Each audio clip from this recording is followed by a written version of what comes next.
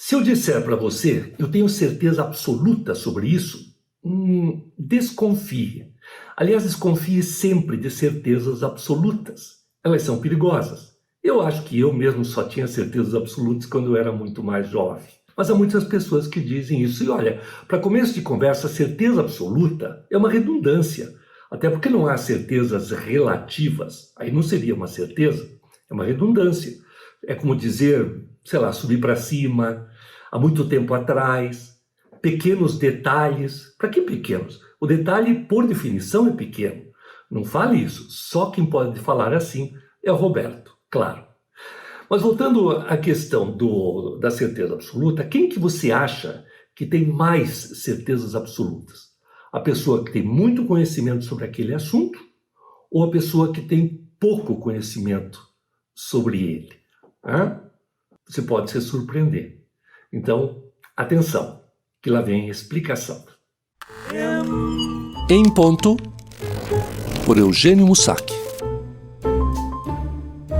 Para falar sobre essa questão da convicção sobre certezas, eu preciso começar contando aqui uma pequena história que aconteceu comigo. Vou falar nesse vídeo 2 conceitos e 2 rápidas histórias. Essa história foi a seguinte: uma vez eu estava num táxi em São Paulo, junto com um amigo meu que é um economista importante, autor de livros, professor, até virou depois presidente de um banco e hoje mora no exterior. E nós estávamos ali conversando, que eles conhecem muito sobre as teorias econômicas, eu estava querendo aprender com ele. Ele estava me explicando, então, o que é exatamente o keynesianismo, né? Que é aquela ideia do Keynes de que o Estado deve manter a economia sob controle, deve mandar na economia do país.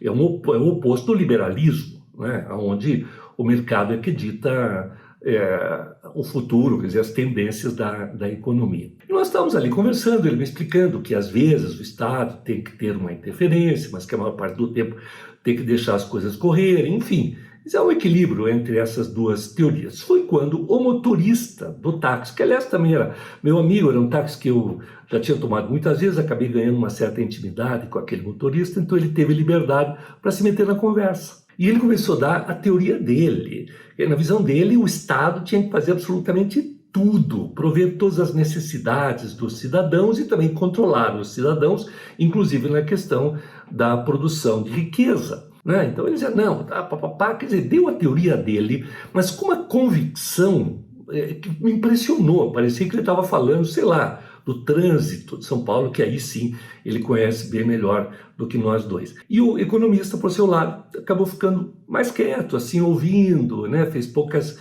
ponderações. Isso é um exemplo de uma pessoa que tem muita convicção, apesar de ter pouco conhecimento sobre o assunto.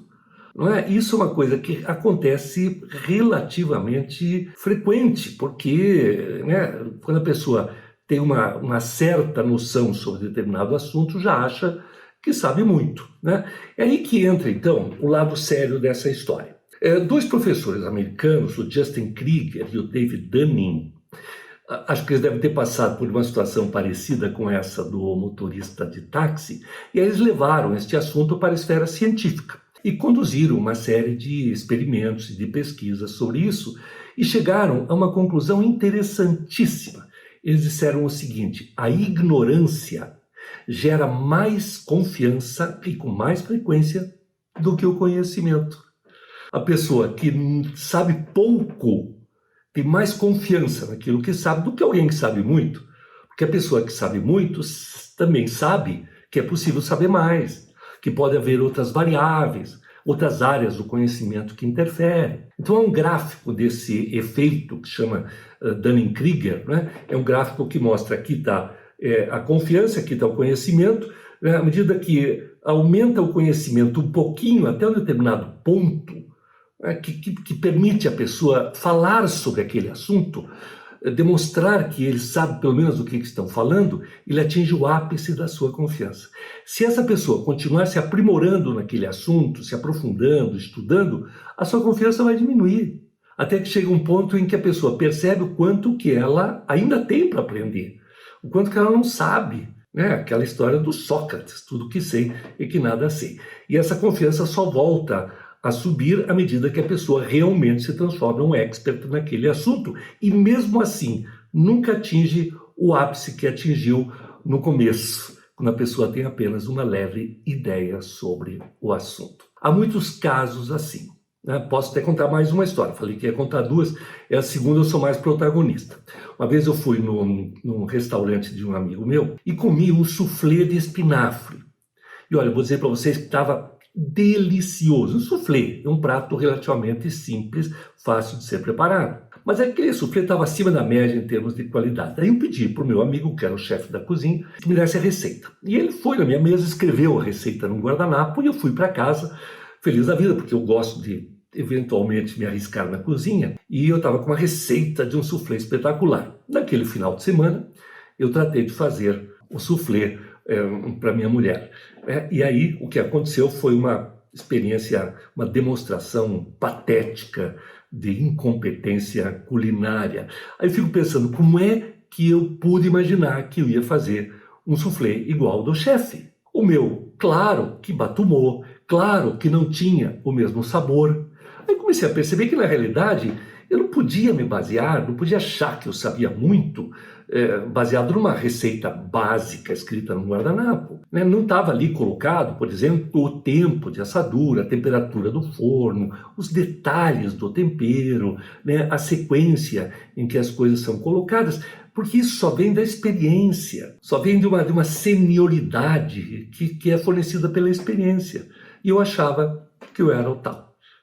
Tem muita gente que é assim, deixa que eu faço, deixa comigo, deixa com o Beck, eu sei fazer. Não sabe, cara pálida, não sabe, baixa a bola, seja um pouco mais humilde. Esse assunto é tão importante que vários autores já falaram sobre ele. Outro é um autor americano, professor da US Naval College, chamado Tom Nichols. Ele escreveu um livro muito interessante chamado, vejam só, A Morte da Competência. A Morte da Competência. Esse livro eu tenho. Eu comprei em Portugal, foi editado pela editora Quetzal. O subtítulo dele é Os Perigos da Campanha contra o Conhecimento Estabelecido. Vocês vão ver que isso realmente está acontecendo. Falei que comprei, na verdade não comprei, eu ganhei esse livro de um professor de uma escola de negócios em Lisboa, o Mário Romão, que é um grande amigo meu, que conhece muito sobre administração e economia e conhece muito também sobre vinhos. Eu adoro sair jantar com ele porque ele sempre pede o melhor vinho, ele prova, ele faz os comentários e eu fico quieto. Eu reconheço a minha ignorância quando estou perto dele. Muito bem, o que esse livro diz? Por que a morte da incompetência? Deixa eu ler para vocês aqui a primeira frase do livro. A morte da competência é uma daquelas expressões que anunciam com grande eloquência a própria importância. É um título que corre o risco de alienar muitas pessoas antes sequer de abrirem o livro e quase desafia o leitor a encontrar erros que envergonhem o autor. Compreendo a reação, porque sinto o mesmo em relação a semelhantes declarações radicais. Ou seja, quando alguém tem uma afirmação muito radical, muito contundente, muito convicta, é quando nós devemos desconfiar. Então, é assim, essa visão desses autores meio que nos alerta assim, para o fenômeno espetacular das nossas vidas, que é a internet. Claro, a internet tem absolutamente tudo. Você está assistindo este vídeo através da internet. Agora, o que a internet tem de bom? Nos permite o acesso à informação. Todo mundo pode acessar qualquer informação de medicina, de engenharia, de culinária, do que quiser. Qual é o problema? É que essas informações, na imensa maioria das vezes, são superficiais. São superficiais. Este vídeo aqui sobre este assunto é superficial. Eu apenas li o primeiro parágrafo desse livro. Você não pode dizer que conhece o livro. Você conhece a capa do livro, conhece o autor. Tem uma ideia vaga sobre o que ele quis dizer. E a internet faz isso, nos dá informações superficiais apenas e nós ganhamos a ilusão do conhecimento e podemos nos transformar em, falsos experts. Né? O efeito Dunning-Kruger, ele tem uma explicação, a explicação eu vou ler. Estou aqui na minha frente uma tela, vou ler na internet, portanto é uma explicação bastante sucinta desse assunto. Ele diz o seguinte, olha, o efeito Dunning-Kruger é um fenômeno que leva indivíduos que possuem pouco conhecimento sobre um assunto a acreditarem que sabem mais do que outros bem preparados, fazendo com que eles tomem decisões erradas e cheguem a resultados indevidos. É a sua incompetência que restringe sua capacidade de reconhecer os próprios erros. Essas pessoas sofrem de superioridade ilusória. Superioridade ilusória, isso é ilusão. Em contrapartida, o texto continua, a competência real pode enfraquecer a autoconfiança e algumas pessoas muito capacitadas podem sofrer de inferioridade ilusória.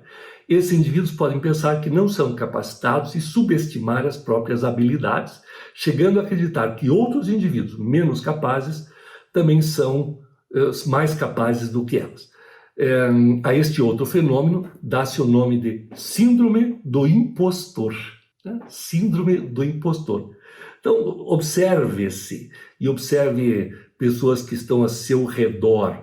Né? Você vai encontrar traços, sinais, tanto de superioridade ilusória, quanto de síndrome do impostor. Eu acho muito interessante estes conceitos, né? E como eu falei, isso é um certo perigo, porque hoje, há um tempo atrás, nós dizíamos que aqui no Brasil nós tínhamos, sei lá, todo mundo era técnico de futebol, né? Todo mundo é capaz de dar um palpite a respeito da escalação da seleção brasileira.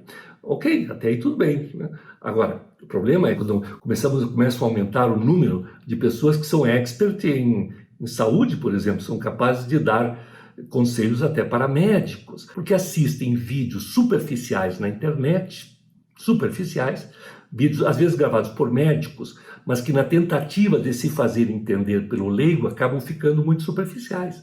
Um vídeo como esse só pode ser devidamente avaliado por outro médico, né? E aí acaba praticando automedicação, medicação incorreta da sua família e assim por diante. Estamos cheios aí de enólogos, né?